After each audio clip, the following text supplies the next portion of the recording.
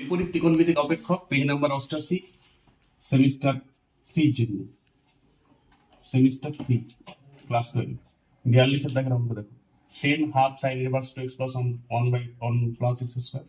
plus half cos inverse এটা cos বটে 1 minus x square 1 plus x square এই চারটি অপশন আছে কোনটা হবে শুনো এইটা x সমান তুমি tan থিটা পুট করো পুরোটাতে দেখো এটা কি দাঁড়াচ্ছে 10 হাফ বলো সাইন ইনভার্স যদি 2 tan থিটা থাকে x এর জায়গায় tan থিটা ধরেছি 1 প্লাস tan স্কয়ার থিটা খুব ভালো গুণিতক করে 11 করে আসতো তোমাকে যদি তুমি 11 টা না করে আইছো ত্রিকোণমিতি তাহলে তোমার 12 এর 80% অঙ্ক ক্যালকুলাস জ্যামিতি সময় গুণিতক রিলেটেড গুণিতক কোন হচ্ছে হার্ট অফ ম্যাথমেটিক্স 11 12 এর সব অঙ্ক গুণিতক রিলেটেড বলে এই টাইপের যদি তুমি ফর্মুলা না জানো 2 tan theta 1 plus tan square theta এটা মানেই হচ্ছে sin 2 থিটা তাহলে এটা sin ইনভার্স আছে তাহলে এইটা দাঁড়াইলে আমি স্টেপ জাম্প করছি না দেখাচ্ছি তোমাকে sin inverse sin 2 theta sin 2 theta এইটা মানেই sin 2 থিটার ফর্ম এটা গুণিতক করলে তোমাকে প্র্যাকটিস করে আসতে হবে তাহলে এখানে cos ইনভার্স এইটা আবার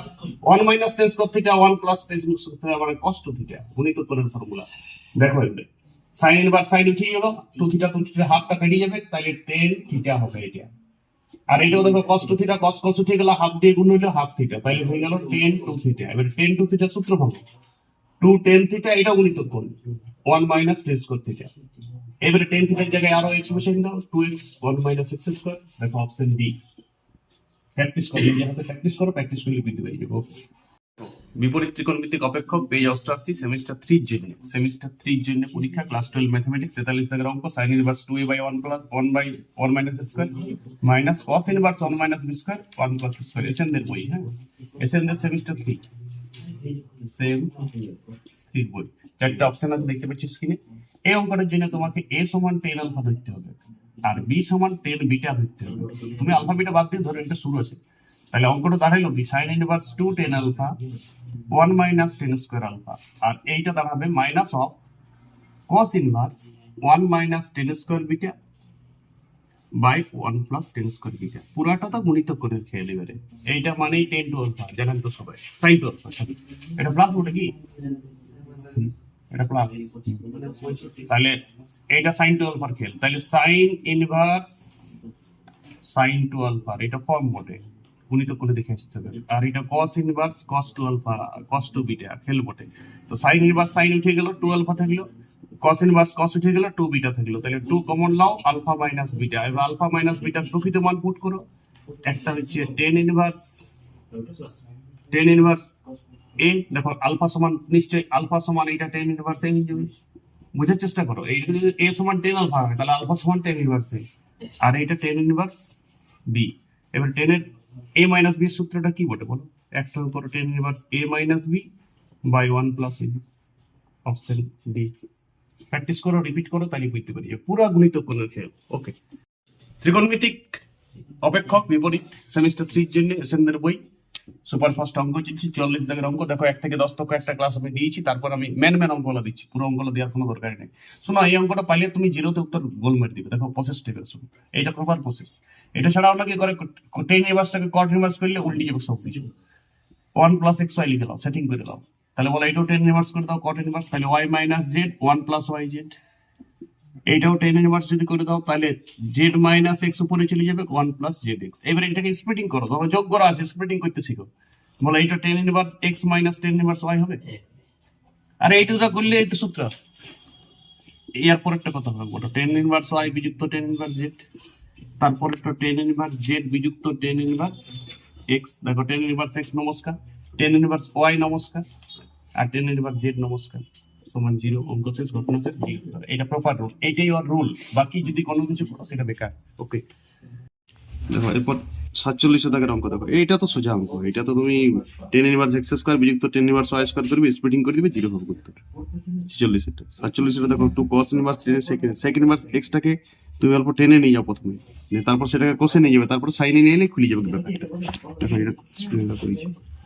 sec ইনভার্স x মানে x মানে কি বলো x এর তলে 1 আছে তাহলে ভূমি বাই অতিভুজ মানে অতিভুজ বাই ভূমি তাহলে অতিভুজটা x আর ভূমিটা 1 তাহলে লম্বটা কত হবে বলো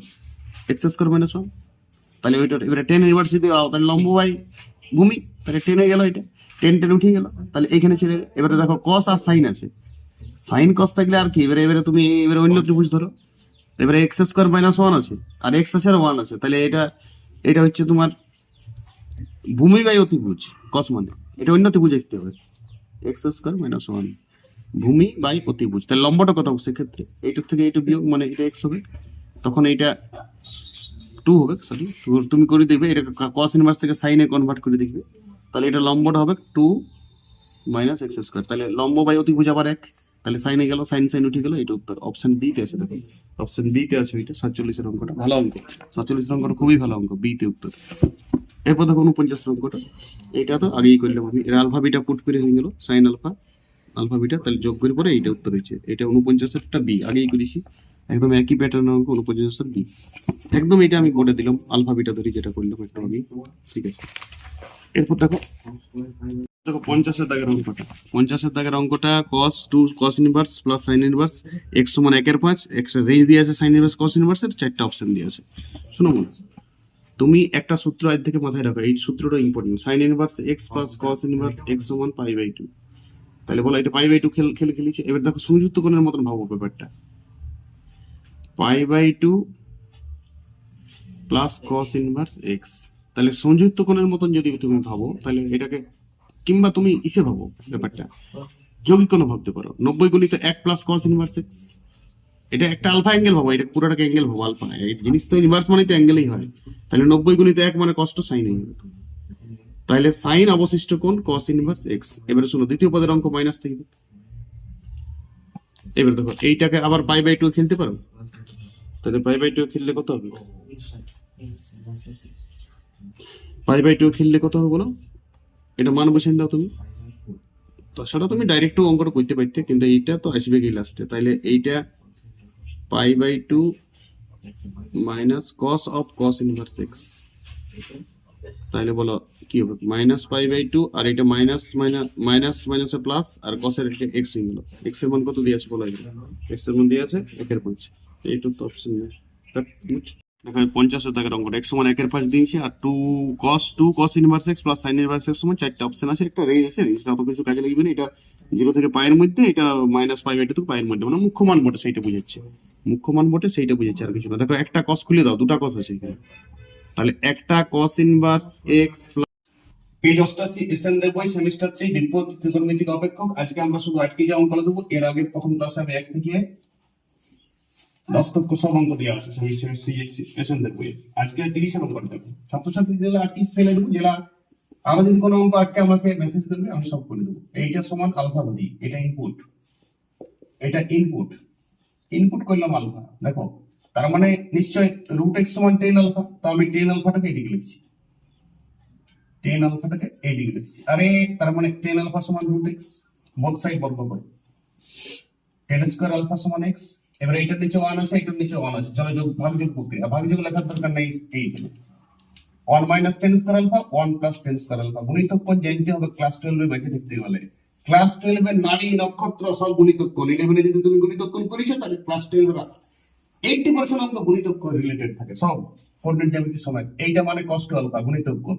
গুণিতক কোণের ফর্মুলা দেখো 11 এ cos two alpha 1 minus x 1 plus x, চলো উপরটা বুঝছি, নিশ্চয়ই একটু কিছু ভরসা আছে তোমার উপর, তাহলে বলো 2 আলফা সমান কত, ওইদিকে cos ইনভার্স হয়ে গেল, cos inverse 1 minus x 1 plus x, তাহলে আলফা সমান কত, হাফ